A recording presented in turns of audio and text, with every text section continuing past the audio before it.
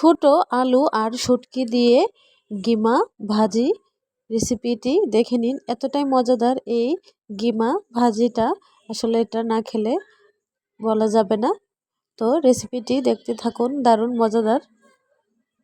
এই যে আমি গিমাগুলো এখন বেছে নেব আর নিয়ে নেব ছোট ছোট বগুড়ার আলুগুলো খোসা ছাড়িয়ে টুকরো করে কেটে নেব। এই যে গিমাগুলো ভালো করে ধুয়ে নেব। পরিমাণ মতো সাদা তেলে 2টা বড় বড় রসুন আমি কুচি করে নিয়ে লাল করে ভেজে নেব। রসুনটা লাল করে ভেজে নিয়ে দিয়ে দেব টুকরো করে রাখা আলুগুলো, আর নিয়ে নেব মলা মাছের শুটকি ভালো করে ধুয়ে আলুতে দিয়ে আমি স্বাদ মতো লবণ দিয়ে দেব। হাফ চামচ হলুদের গুঁড়া, ছোট চামচের হাফ চামচ মরিচের গুঁড়া দিয়ে আলুটা ভালো করে ভেজে নেব। আলুটা সিদ্ধ হয়ে আসলে দিয়ে দেব ধুয়ে রাখা